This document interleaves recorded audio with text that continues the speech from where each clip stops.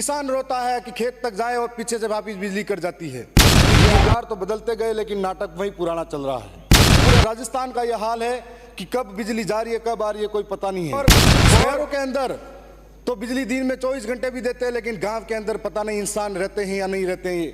आज़ादी के आज 75-76 वर्षों बाद भी मेरी विधानसभा के ऐसे कई इलाके हैं जहां पर आज भी रोडें नसीब नहीं है उन लोगों को, और आज इस बजट में हमारे इस तरह का कोई नाम तक नहीं आया। माननीय शिक्षा मंत्री जी, ये बहुत बड़ा जिम्मेदारी वाला पद होता है, और उन्होंने बड़े शान से ये कहा कि आदिवासी इनके बाप की औलाद है कि नहीं, इनके डीएनए की जांच करनी चाहिए।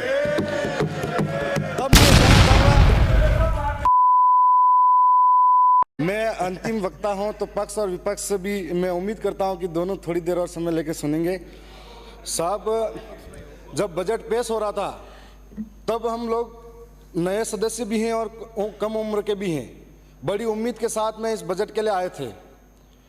लेकिन जब बजट पूरा सुना ध्यान से, दरियावद विधानसभा का जिक्र तक नहीं हो रहा था, तब काफ़ी मन व्याकुल था।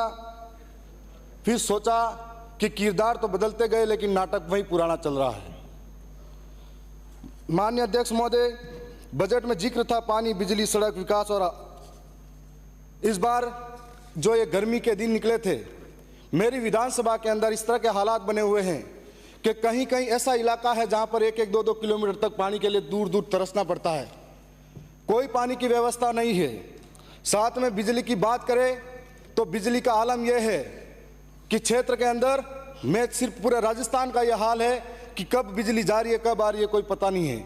और शहरों के अंदर तो बिजली दिन में 24 घंटे भी देते हैं, लेकिन गांव के अंदर पता नहीं इंसान रहते हैं या नहीं रहते हैं, इसलिए गांवों के अंदर बिजली नहीं देते हैं। 2 से 3 घंटा बिजली मिलती है।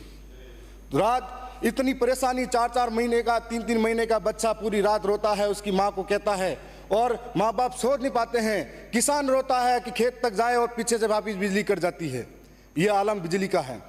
माननीय अध्यक्ष महोदय, मैं सड़क की बात करूं तो हमारे साथ इस तरह का धोखा हुआ है कि आज़ादी के आज 75-76 वर्षों बाद भी मेरी विधानसभा के ऐसे कई इलाके हैं जहां पर आज भी रोडें नसीब नहीं है उन लोगों को, और आज इस बजट में हमारे इस तरह का कोई नाम तक नहीं आया। सड़क की बात करें तो बारिश के टाइम पे बहुत सारे गांव ऐसे इलाके में बसते हैं जहां पर अगर पानी आ जाता है, नाला भरा रहता है, तो उसको कोई मरीज बीमार हो जाता है, उसको इंतजार करना पड़ता है कि उस नाले को पार करूं, पानी नीचे जाएगा तब। यह हालात बने हुए हैं। और एक विकास के नाम पर आदिवासियों के साथ में बहुत बड़ा धोखा हुआ। मैं बजट के बारे में बड़ी उम्मीदें लेकर बैठा था, न सड़क के लिए, न बिजली के लिए, न पानी के लिए कोई बड़ी व्यवस्था हुई। साथ में मैं कहना चाहूँगा कि माननीय शिक्षा मंत्री जी, ये बहुत बड़ा जिम्मेदारी वाला पद होता है, और उन्होंने बड़े शान से ये कहा कि आदिवासी इनके बाप की औलाद है कि नहीं, इनके डीएनए की जांच करनी चाहिए।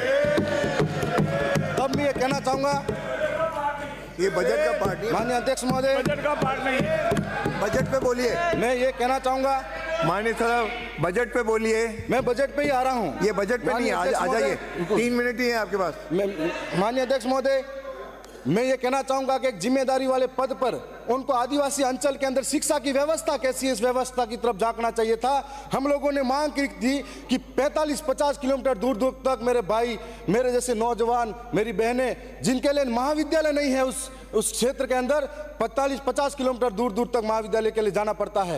एक महाविद्यालय है जिसके अंदर 80 सीटें हैं, उनको बढ़ाने के लिए मैंने पीजी के लिए बात रखी थी, नहीं कर पाए। और आज ये आलम है कि हम लोग आर्थिक रूप से सक्षम नहीं है। पढ़ने वाला नौजवान प्राइवेट स्कूलों की फीस भरने के लिए अहमदाबाद, बंबई, गुजरात तक मजदूरी करने जाता है।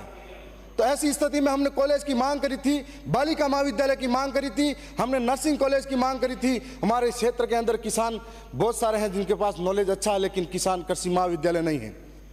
आज इस क्षेत्र के अंदर हम लोग इसीलिए कहना चाहते हैं कि आदिवासी को गाली देना आसान है, लेकिन उनकी समस्या समझने को तैयार नहीं है। आदिवासी इलाके के अंदर आपने, सरकार ने 100 स्कूलें, कर्मोन्नत और 50 विद्यालय नए खोलने की बात कही है। मेरे वहाँ पर ऐसे कई महाविद्यालय हैं जिनकी स्थिति यह है कि जर्जर भवन हो रहे हैं। जिंदगी हाथ पे लेकर बच्चे स्कूल के अंदर बैठते हैं, कोई पेड़ के नीचे पढ़ाई कर रहा है, और इस स्थिति के अंदर हम ये सोचते हैं, उम्मीद थी कि इस बार नए स्कूल कर्मोन्नत भी होंगे और नए हमको भवन भी मिलेंगे। आज जो देश का निर्माण करने वाला बच्चा है, आने वाला भविष्य है, उसके लिए शिक्षा की कोई व्यवस्था नहीं है। इस तरीके से हमारे साथ बहुत बड़ा अन्याय और धोखा होता जा रहा है। इस अगर बजट सत्र के अंदर बहुत बड़ी उम्मीदें थी और साथ में जो खाद बीज की बात किसानों के साथ की जाती है, अभी हाल ही में बीज दिया गया था, ऐसी स्थिति थी कि 30% लोगों को बीज बांटा गया, 70% को नहीं मिला और आपस में गांव में लोग लड़ाते रह गए और जनप्रतिनिधियों के साथ गाली गलौज करने पे उतर गए। हर साल किसानों के साथ में कालाबाजारी होती है खाद के नाम पर, और हर साल खाद के नाम पर कालाबाजारी के अंदर ये जो कंपनियां हैं, इन कंपनियों के मार्फत से किसानों को जो नहीं चाहिए वो भी जबरन थोपा जाता है। साथ साथ में इस तरीके की कंपनियों पे भी कार्रवाई होनी चाहिए। वीको पॉइंट और हमारे क्षेत्र के अंदर 2 बार किसानों ने बड़े आंदोलन इसी वजह से किए थे और कई किसानों पर मुकदमे हुए थे। हाल ही में एक हमारी ग्राम पंचायत सियार थी, वहां पर लोगों को लगा कि ये निःशुल्क है, बांटने के लिए आया गया है, तो लोग चढ़ गए और लेके चले गए। उनकी स्थिति ऐसी पैदा होगी, सब पे मुकदमे लगे लूट मार के, तो ये स्थिति ऐसी पैदा होती है। तो हमको सोचना पड़ेगा कि वो किसान जो अन्न उगाकर पेट भरता है पूरे देश का, उस किसान के साथ में ऐसी दुर्गति होती है। माननीय अध्यक्ष महोदय, ट्राइबल क्षेत्र के अंदर हम अगर शिक्षा की फिर भी बात करें तो हमारे इलाके के अंदर जो 12वीं 11वीं कक्षा हैं उनके अंदर व्याख्याताओं की कमी है, कोई पढ़ाने वाला नहीं है। जो संविदा पर लगे हुए थे उनको भी बाहर निकाल दिया, थोड़ी बहुत जानकारी देते थे और बाहर निकाला तो ठीक है। माननीय अध्यक्ष महोदय, मैं ज़्यादा टाइम नहीं लूँगा।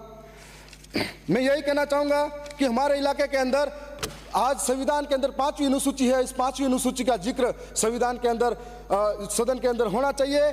5वीं अनुसूची के अंतर्गत अनुच्छेद 244(1) क और 13(3) क के तहत न लोकसभा न ग्राम सभा सबसे ऊंची, न लोकसभा न विधानसभा सबसे ऊंची ग्राम सभा, ये उसके अंदर लिखा गया है, लेकिन आज उसका अनुपालन नहीं किया जाता है। बुकिया, जगपुरा और हमारे वहाँ पर अभी आमुलवा, राटड़ी, डगोचा, वहाँ पर सोने की खान यूं करके आदिवासी की जमीनें लूटने का कार्य किया जा रहा है। माननीय अध्यक्ष महोदय, मैं आपके लिए समान है।